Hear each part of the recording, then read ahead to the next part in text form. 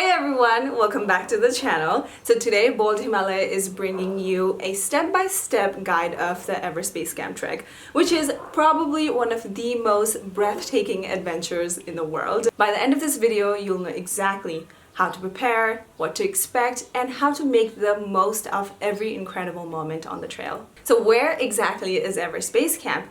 Everest Base Camp lies in the Khumbu region of northeastern Nepal, about 135 kilometers from Kathmandu. Why trek to Everest Base Camp? Honestly, it's way more than just standing at the base of the highest mountain in the world.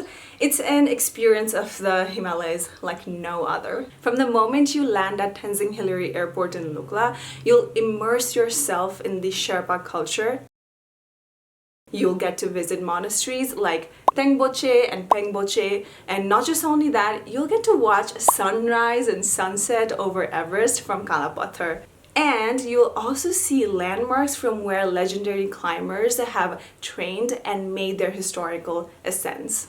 You are in an adventure for a lifetime. Along the way, you'll see prayer wheels, yak caravans, glaciers, mani stones, and epic Himalayan peaks. How long does the trek take? A standard Everest Base Camp trek takes about 12 to 14 days with a route that's carefully designed for acclimatization for the higher altitudes. This means you'll have 2 full days of acclimatization, first at Namche Bazar and second at Dingboche. You can also choose a helicopter ride on your way back, which can save you about 3 days of walking and also treat you with a breathtaking view of the Himalayas on your way back. For experienced seasonal trekkers, skipping the acclimatization days is also possible, but only do it if you're confident and fully prepared for the higher altitudes. Choosing your EBC trek package. Trekking to Everest Base Camp can be customized according to your comfort and budget. You have your regular EBC packages and your premium EBC packages. Regular EBC package includes staying at basic tea houses, enjoying local meals, and a traditional trekking experience. Whereas premium EBC packages includes staying at comfortable rooms, extra beddings, higher quality meals, and extra services to make your trek a bit more relaxing. How to prepare for Everest Base Camp trek? You need to start preparing at least a month and a half prior to your trek. You can start by going out on hikes, running, walking, cardio workouts, going to the gym, or even yoga. And doing these kind of workouts at least 2 to 3 times a week makes a huge difference. If you have any kind of health problems, you need to consult your regular doctor before you start your trek. Alright guys, so this is where the adventure officially begins. From Kathmandu, the vibrant capital of Nepal, this is where the excitement really starts building. From here, we take a flight to Lukla, which is basically the getaway to Everest Base Camp. The flight is about 30 to 35 minutes. Short, but trust me, it's unforgettable. If you want something even more epic, you can get a helicopter ride, which takes only about 55 to 60 minutes. It's more scenic, it's more comfortable, relaxing, but yes, a bit more expensive. Now, I want to point out something very important. If you don't book your trip on time with Bold Himalaya, sometimes the flights operate from Ramechhap, which means you'll have to wake up super early in the morning and drive 5 hours to Ramechhap and then taking a flight to Lukla. But once you're on the flight, once you're in the air, it's just wow. This is honestly one of the most scenic flights in the world. You'll be flying over deep valleys, tiny villages, and suddenly snow-covered mountains flood your windows. And that moment, that's when it really hits you. The Everest adventure has just begun. So moving on, when is the best time to trek to Everest Base Camp? Autumn. September to November is the most popular trekking season, and it offers clear skies, incredible mountain views, and comfortable temperatures.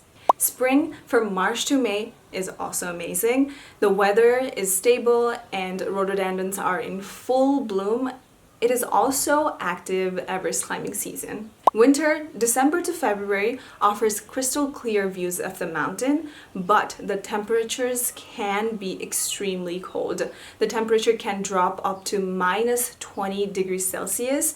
It is doable, but be prepared for the chill. Monsoon from June to August is the rainy season. July usually brings more rain, but with the right amount of experience and gear, it is also possible. So overall, autumn and spring are your safest bet. Now let's talk about the permits required. Trekking in the Khumbu region requires 2 permits. First one is the Sagarmatha National Park entry permit, and the second one is Khumbu Pasanglamu Rural Municipality permit. These are usually arranged by Bold Himalaya. Alright, moving on to side treks and climbing. If you have mountaineering experience, you can combine Everest Base Camp trek with island peak climbing and Lobuche peak climbing. You can also extend your trek with Chola Pass, which is around 16 days, Kongmalak Pass, which is also 16 days, or the 3 passes trek, which is around 16 to 19 days. Now, let's talk about fitness and altitude.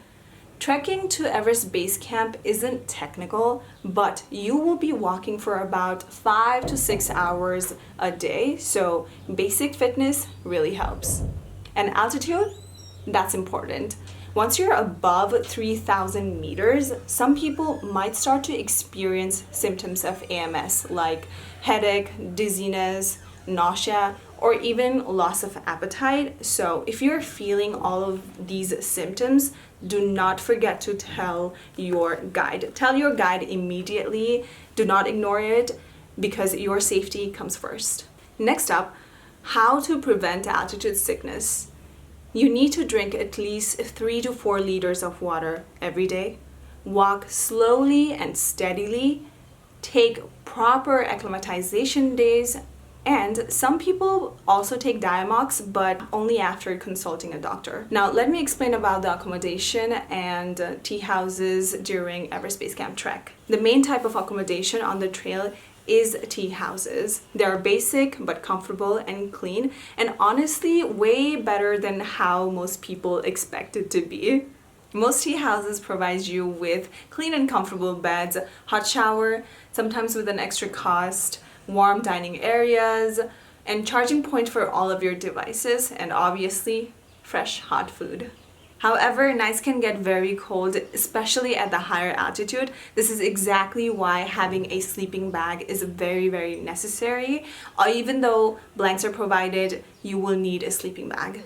Good thing is most tea houses have a fireplace or a heating stove, which can be very useful during the evening time. You can relax, you can wind down after a long day of walking. For those looking for extra comfort, there are some tea houses which offer premium rooms or upgrades. You'll get private bathroom instead of shared ones, and higher quality meals and varieties prepared by the chef. Also comfortable beddings with electrical blankets, and sometimes more spacious and cozy room with views.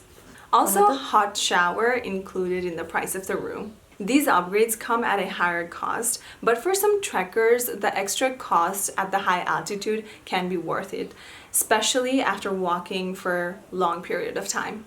Next up, food on the trek. Don't worry, you'll never go hungry on this trek. Your meals are planned to keep you fully energized on this trek. Breakfast and dinner are served at the tea houses where you will stay overnight, and lunch is usually along the trail during the day. You'll find everything from dal bhat, rice, lentils, and vegetables to momo, pizza, sherpa stew, even yak steak. There's also noodles, lots of tea and coffee, and hot chocolate to keep you warm. Trust me, the food hits different in the mountains. You just have to understand that. Food prices rises the higher you go, but premium standard packages often include better quality meals and extra variety to keep you energized and happy. And standard packages provide limited variety, still filling but basic. Let's get into water on the trek. Water is easily available along the Everest Base Camp trail. Most tea houses allow you to refill your water bottle, while mineral water bottles are also available, but it becomes more expensive the higher you go. Now, charging your devices. Most tea houses along Everest Base Camp do have electricity where you can charge your phone, camera, or power bank. However, in standard tea houses, charging usually costs extra. Around $2 to $4 per device, depending on the location and altitude. If you are trekking with premium package, charging is included. My honest advice, bring a good power bank. It will save you money, and on some days, power can be limited or even unavailable. Trust me, you don't want your phone dying when the views are this insane.